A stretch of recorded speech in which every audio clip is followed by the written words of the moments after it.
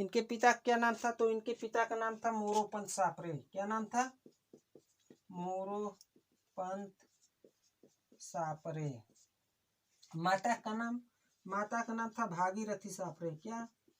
भागीरथी सापरे। पुत्र का नाम? एक पुत्र इनके दो होंगे, एक होगा रामदास,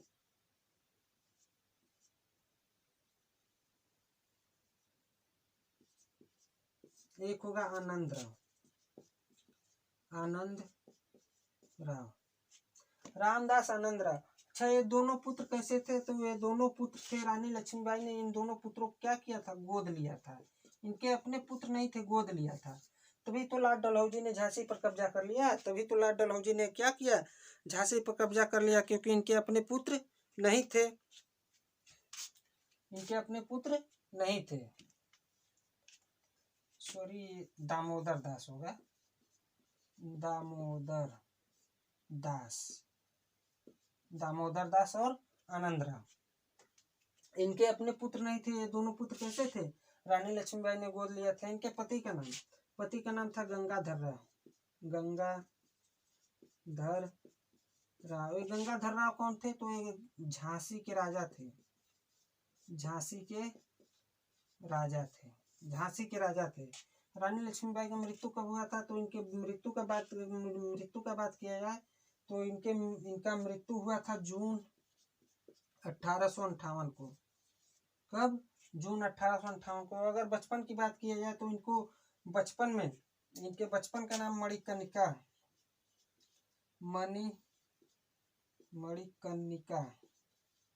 मणिकर्णिका। और इनके दादाजी इनको प्यार से क्या कहा करते थे? तो मनु कहा करते थे। क्या कहा करते थे?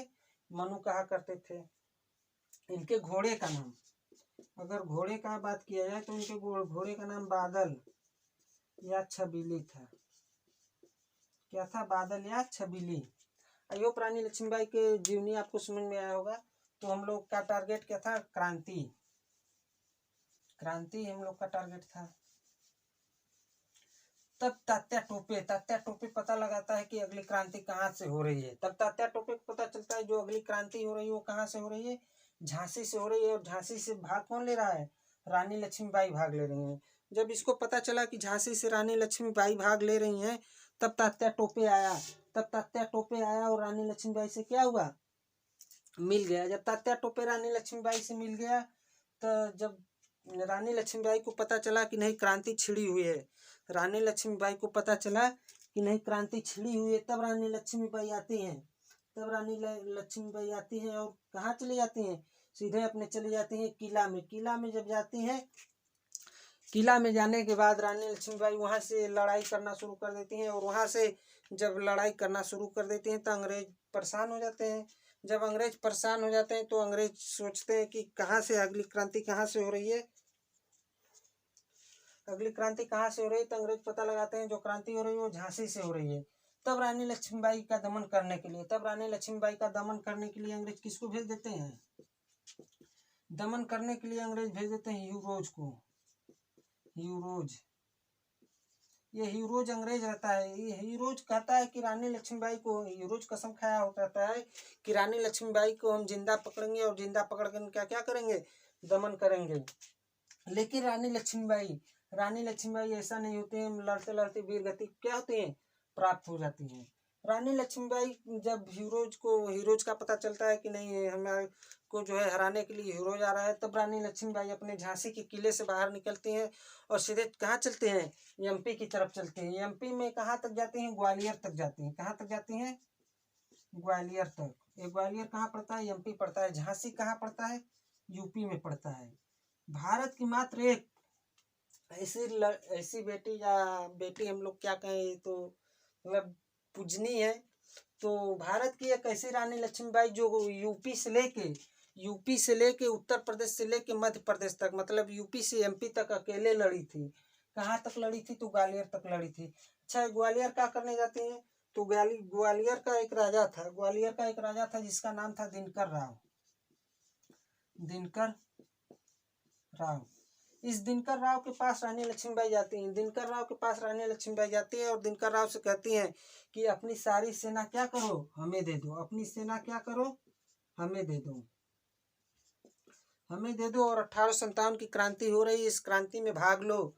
तब दिनकर राव मना कर देता है। दिनकर राव मना कर देता है कि नहीं, हमें जो है कि ना ही तुम्हें अपना सेना देना है और ना ही हमें 1857 क्रांति में क्या करना है, भाग लेना है। तब तब दिनकर राव को पता चलता है कि रानी लक्ष्मीबाई यहाँ आई हैं। तब दिनकर राव पता लगाता है कि आखिर अंग्रेज क्या कर क्या रहे हैं। दिनकर राव किसका साथ दे रहा था, अंग्रेजों का दे रहा था। दिनकर राव पता लगाता है कि अंग्रेज क्या कर रहे हैं। तब इसको पता चलता है कि नहीं, जो इसका पीछा किया हुआ है, जो रानी लक्ष्मीबाई का पीछा कर रहा है, उसका नाम हीरोज है। हीरोज को दिनकर राव पता भिजवा देता है कि नहीं, जो रानी लक्ष्मीबाई है वो हमारे पास आई थी ग्वालियर, और ग्वालियर से अब वापस हो गई हैं। तब इधर से रानी लक्ष्मीबाई ग्वालियर से जाती हैं और उधर से क्या कौन आता है, हीरोज आता है। ग्वालियर में ही इन दोनों क्या हो जाती है, मुलाकात हो जाती है, और इन दोनों को बीच क्या होता है, युद्ध होता है। और लड़ते लड़ते रानी लक्ष्मीबाई वीर गति को प्राप्त हो जाती हैं, लेकिन हीरोज के हाथ नहीं लगती हैं। लड़ते लड़ते वीर गति को प्राप्त हो जाते हैं, लेकिन हीरोज के हाथ नहीं लगती हैं। तब हीरोज रानी लक्ष्मीबाई के बारे में एक कथन कहा है कि इन सभी सोए हुए सैनिकों में, क्या कहता है कि इन सभी सोए हुए सैनिकों में जो मर गए थे, कहा इन सभी सोए हुए सैनिकों में अगर कोई मर्दांगनी ताकत थी,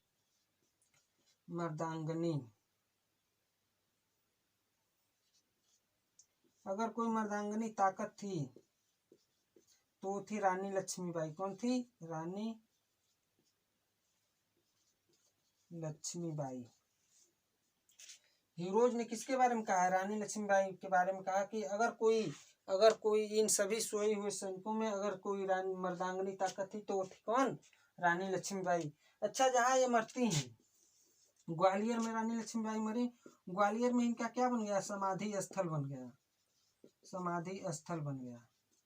जब ये लड़ती हैं ग्वालियर में, जहाँ ये लड़ी थी, इसी को क्या कहा जाता है, कालपी का युद्ध। कालपी में लड़ी थी, तो इसलिए इसे क्या कहा जाता है, कालपी का युद्ध कहा जाता है। रानी लक्ष्मीबाई ने कौन सा युद्ध लड़ा था, कालपी का युद्ध लड़ा था। अब इसके बाद झांसी के बाद थोड़ा देख लेते हैं कहाँ, फैजाबाद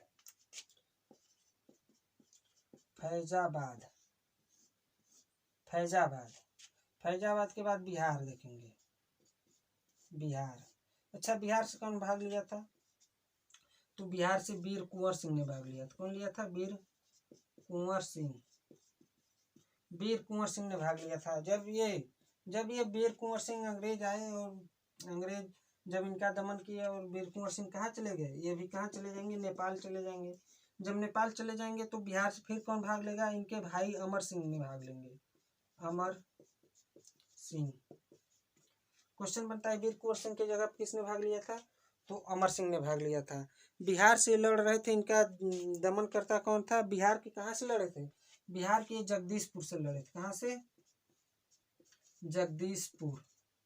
जगदीशपुर से भाग लिए थे। जब अंग्रेज आए जब अंग्रेज दमन करता है तो वे कहाँ चले गए, बिहार चले गए। अच्छा, दमन करता कौन था, तो कर्नल दमनकर्ता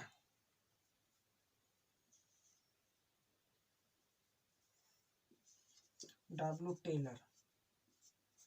टेलर, विलियम टेलर। इसका पूरा नाम क्या है, विलियम टेलर ने किसका क्रांति दबाने के लिए आया था, तो वीर कुंवर सिंह का। और वीर कुंवर सिंह कहाँ चले गए, नेपाल चले गए। इनके जगह पर कौन लड़ाई लड़ा, तो इनके भाई अमर सिंह ने लड़ा। तो हम लोग फैजाबाद को देख रहे हैं, तो पहले फैजाबाद को पढ़ लेते हैं। फैजाबाद से भाग लिए थे कौन, मौलवी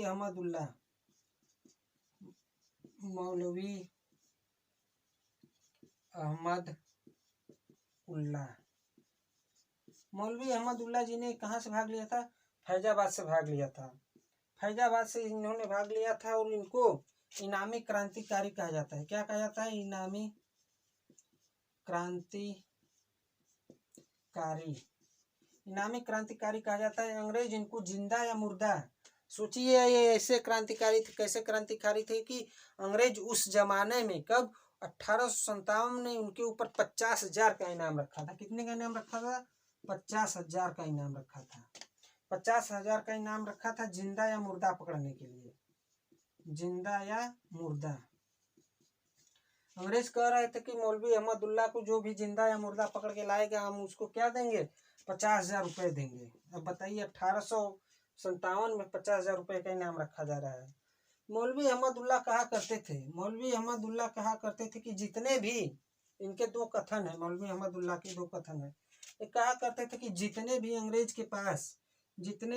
के पास गोली बारूद है, गोली बारूद है, अगर वो एक एक गोली एक एक भारतीय को मारे तो भी भारत की जनसंख्या इतनी बचेगी कि वो भारत को आज़ाद करा सकती है, भारत को चुटकियों में आज़ाद करवा सकती है। गोली बारूद है, अगर वो एक एक गोली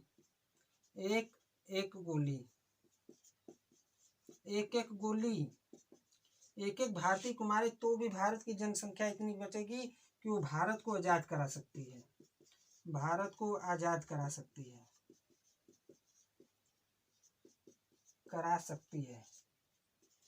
भारत को आज़ाद करा सकती है। दूसरा इनका कथन क्या था? दूसरा कथन यह था कि भारतीय अंग्रेजों से लड़े ना, अंग्रेजों से संघर्ष न करे, खाली अंग्रेजों के खिलाफ खड़ा हो जाए, खाली अंग्रेजों के खिलाफ खड़ा हो जाए, उनसे बोले ना, उनको भाव न दे, तो अंग्रेज खुद पे खुद भारत छोड़ के चला जाएंगे, अंग्रेज खुद पे खुद भारत छोड़ के चला जाएंगे। क्या कहते हैं? अंग्रेज के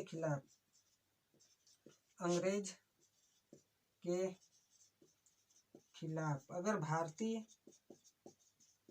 खड़े हो जाएं तो अंग्रेज भारत छोड़कर चले जाएंगे। किसने कहा था? मौलवी अहमदुल्ला ने कहा था। तो इनके दो क्या हो गए? स्टेटमेंट हो गए। लेकिन क्या है? तो मौलवी अहमदुल्ला के। अब बारी है हम लोगों की दमन करता शहर और शहर से किसने भाग लिया था और उसका दमन करने के लिए कौन आया था। तो देखते हैं, एक चार्ट बनाते हैं आप लोग के सामने, एक चार्ट बनाते हैं 10-15 लोग का, और एक क्या मिलेगा आप लोग को? एक अच्छा सा डाटा मिलेगा जो कि हमारे हिसाब से पूरा यूट्यूब छान मारिएगा, इतना डाटा आपको कोई नहीं देगा जितना डाटा हम दे रहे हैं। तो देखते रहिए। क्या है? शहर। क्या है? शहर है। फिर क्या है? क्रांतिकारी।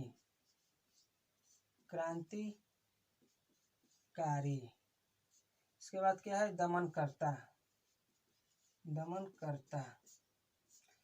किसने दमन किया था? शहर। अगर शहर की बात की जाए तो दिल्ली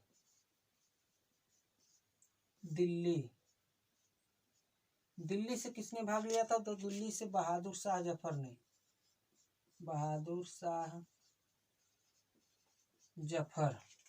या बहादुर शाह सेकेंड। इनका दमनकर्ता कौन था? तो निकलसन या हडसन।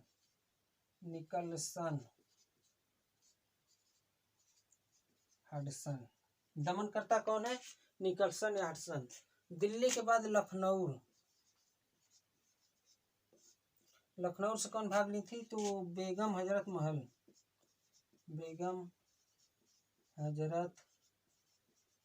ये बेगम हजरत महल कौन है? तो बेगम हजरत महल बहादुर शाह की पत्नी है। क्या है? पत्नी है, बहादुर शाह की पत्नी है।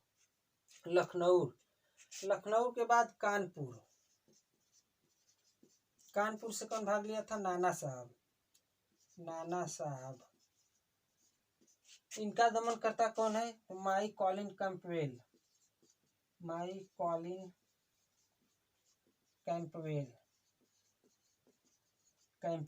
नाना साहब। इनका दमनकर्ता कौन है? तो यही है, माई कॉलिन कैंपवेल। कानपुर के बाद कहाँ आते हैं? इलाहाबाद, इलाहाबाद, बनारस, इलाहाबाद बनारस। इलाहाबाद बनारस से एक ही व्यक्ति भाग लेता है, कौन? लियाकत अली, लियाकत अली। लियाकत अली भाग लेते हैं कहाँ कहाँ से? दो दो जगह से, इलाहाबाद और बनारस से। और इनके क्रांति को दबाने के लिए कौन आता है? तो इनके क्रांति को दबाने के लिए कर्नल नील आता है, कर्नल नील आता है। इलाहाबाद बनारस क्या हो गया? लखनऊ हो गया, इलाहाबाद बनारस हो गया। इसके बाद झांसी और ग्वालियर। झांसी कहाँ पड़ता है? तो यूपी में पड़ता है। ग्वालियर कहाँ पड़ता है? तो एमपी में पड़ता है, यूपी और एमपी। यहाँ से कौन भाग लिया था? तो झांसी से रानी लक्ष्मीबाई भाग ली थी। कौन? रानी लक्ष्मीबाई, रानी लक्ष्मीबाई ने भाग लिया था। ग्वालियर से रानी लक्ष्मीबाई, रानी लक्ष्मीबाई प्लस तात्या टोपे, तात्या टोपे ने भाग लिया था। और इन दोनों के क्रांतिकारी का दमन करता कौन था? तो ह्यूरोज था, ह्यूरोज, ह्यूरोज। असम, असम से किसने भाग लिया था? असम, तो असम से मनीराम दत्त। कौन? मनीराम दत्त, मनीराम दत्त। असम से किसने भाग लिया था? तो मनीराम दत्त ने भाग लिया था। औवा, ये औवा कहाँ पड़ता है? तो औवा राजस्थान में पड़ता है। कहाँ पड़ता है? राजस्थान में पड़ता है। औवा कहाँ पड़ता है? तो राजस्थान में पड़ता है। राजस्थान, यहाँ से किसने भाग लिया था? तो यहाँ से ठाकुर कुशल सिंह ने भाग लिया था। किसने लिया था? ठाकुर कुशल सिंह ने। इन दोनों की क्रांति का दमन करता है। ये दोनों क्रांति खुद से दब गए, मतलब स्वयं दब गए, स्वयं ही दब गए, स्वयं ही दब गए। मतलब क्रांति के लास्ट में असम और औगा पर क्या क्रांतिकारियों का लास्ट में असम और औगा प्रभाव देखा, और ये दोनों कुछ नहीं कर पाए, स्वयं ही क्या किए? हड़बड़ा के रह गए। इसके बाद फैजाबाद, फैजाबाद से भाग किसने लिया था? तो मौलवी अहमदुल्लाह, मौलवी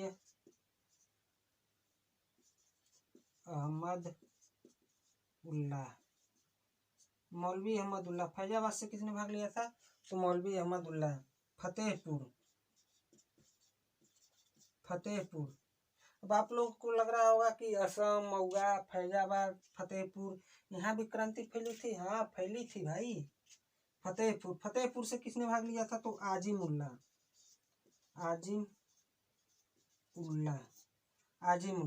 मौलवी अहमदुल्लाह और आजिम उल्लाह, इन दोनों क्रांति का दमन करने वाले एक ही आदमी होगा। कौन होगा? General Reynard. कौन? General Reynard. कौन होगा? जनरल रेनार्ड होगा। इसके बाद देखते हैं बरेली। बरेली से किसने भाग लिया था? तो बरेली से भाग लिए थे कौन? बरेली से किसने भाग लिया था? तो बरेली से भाग लिया था खान बहादुर खान। किसने भाग लिया था? खान बहादुर खान। और इनका दमन करता कौन था? तो बेसेंटायर। कौन था? बेसेंटायर। दिल्ली, लखनऊ, कानपुर, बरेली,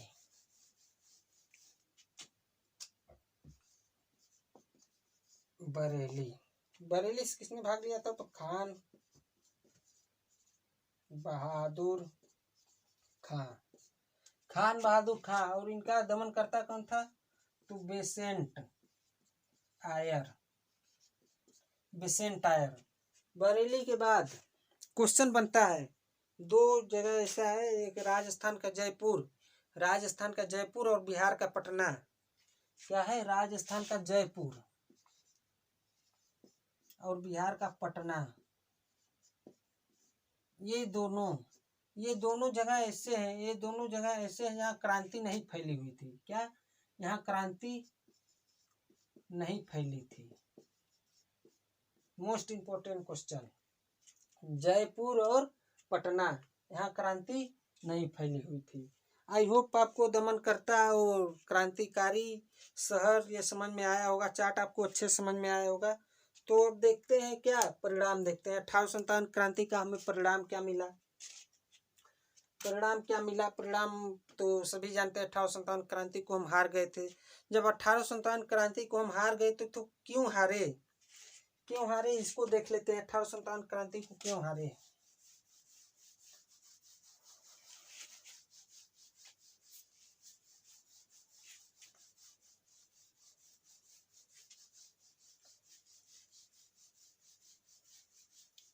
पूरा यूट्यूब देख लीजिएगा, इतना अच्छा आपको 1857 की क्रांति कहीं नहीं मिलेगी।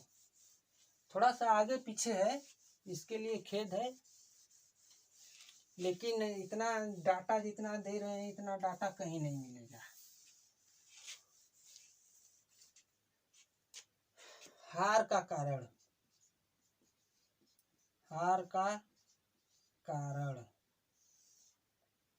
परिणाम क्या है। 1857 क्रांति को भारतीय हार गए। क्या हुआ, भारतीय हार गए। अब हार का क्या देखना है, कारण देखना है। तो पहला क्या हो जाएगा, एकता का अभाव। एकता का अभाव, एकता का अभाव।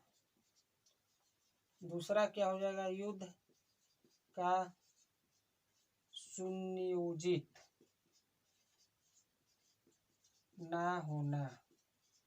मतलब युद्ध का सुनियोजित ना होना, युद्ध का कोई मतलब वो नहीं था कि मतलब युद्ध होगा ही होगा, एकाएक युद्ध हुआ।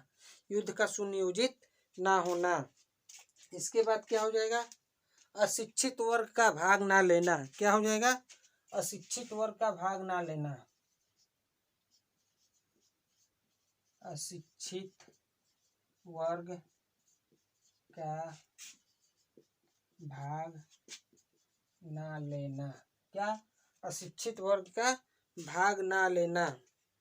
इसके बाद हो जाएगा गुजरात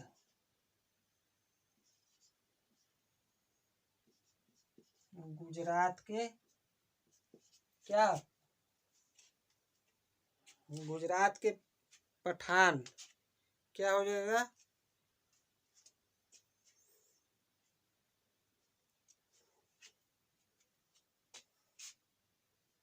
गुजरात के सरदार। अगला क्या हो जाएगा, सिंध के सिख।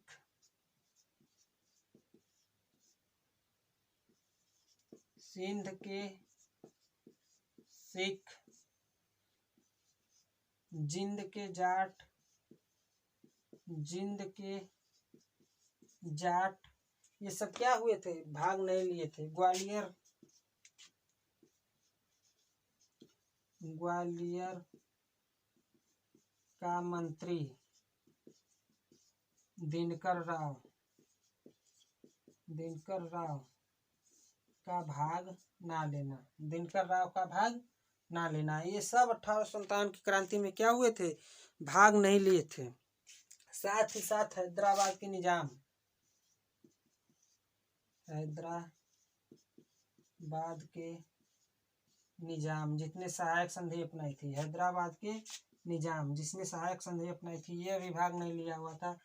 तो कहने का मतलब कि उच्च वर्ग के लोग, जितने भी उच्च वर्ग के लोग थे, शिक्षित थे, पठान थे, मतलब बड़े बड़े लोग अंग्रेजों का साथ दिए थे। ये सब क्या हुए थे, 1857 की क्रांति में अंग्रेजों का साथ दिए थे और ना कि भारतीयों का साथ दिए थे। 1857 क्रांति में भाग नहीं लिए थे। युद्ध हारने के बाद, युद्ध जब भारत हार गया, 1857 की क्रांति को जब भारत हार गया तो महारानी विक्टोरिया का घोषणा पत्र आया। महारानी विक्टोरिया घोषणा पत्र कब आया, तो महारानी विक्टोरिया घोषणा पत्र 1 नवंबर 1858 को आया।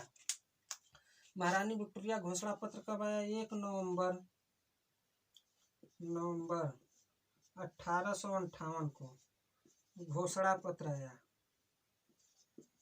घोषणा पत्र, अच्छा इस पत्र में था क्या, इस पत्र में कुछ कानून थे। कौन कौन से कानून थे, तो पहला कानून था कि जो भारत का गवर्नर जनरल है, ध्यान से समझिएगा, जो भारत का गवर्नर जनरल होगा वो अब भारत क्या कहलाएगा, वायसराय कहलाएगा। जो भारत का गवर्नर जनरल है वो भारत क्या कहलाएगा, वायसराय कहलाएगा। और भारतीय सैनिकों के भर्ती के लिए दो कानून बनाए गए, एक रॉयल कमीशन और एक पील आयोग। रॉयल कमीशन को ही क्या कहा जाता है, रॉयल कमीशन को ही क्या कहा जाता है, शाही आयोग कहा जाता है। रॉयल कमीशन को क्या कहा जाता है, शाही आयोग कहा जाता है। और एक पील आयोग बना था। तो इसमें क्या क्या था, जो भारत का वायसराय होगा, पहला क्या था, जो भारत का गवर्नर जनरल है,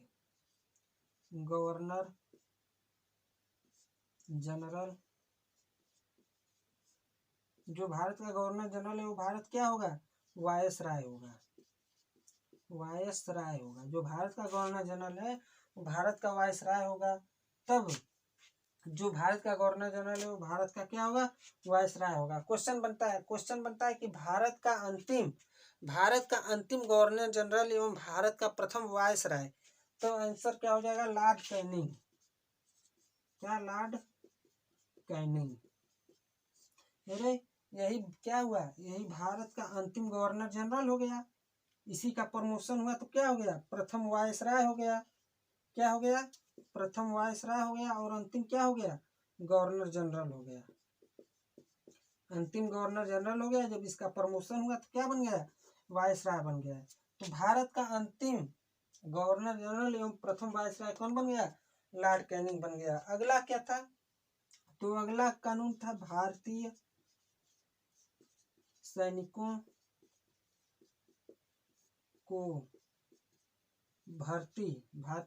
की भर्ती के लिए था, भर्ती।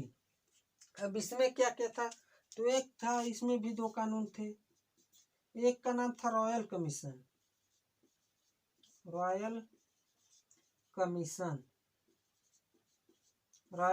और दूसरा क्या नाम था, इसी रॉयल कमीशन को क्या कहा जाता है, शाही आयोग भी कहा जाता है। शाही आयोग। दूसरा क्या था, रॉयल कमीशन, शाही आयोग, और दूसरा क्या था, पील आयोग। पील आयोग। अच्छा, इस रॉयल कमीशन या शाही कमीशन के तहत, इसके तहत क्या किया गया है कि भारतीय सैनिक जो होंगे वो क्या करेंगे, भारतीय सैनिक अब डंडा लेंगे, ना कि बंदूक लेंगे। भारतीय सैनिक क्या लेंगे, अब डंडा लेंगे। किसके तहत कहा गया था, रॉयल कमीशन के तहत भारतीय सैनिक को क्या दे दिया गया, डंडा दिया गया। और बंदूक चलाने का अधिकार छीन लिया गया। बंदूक चलाने का अधिकार छीन लिया गया। और बंदूक की जगह क्या दे दिया गया, भारतीय सैनिक को डंडा दे दिया गया।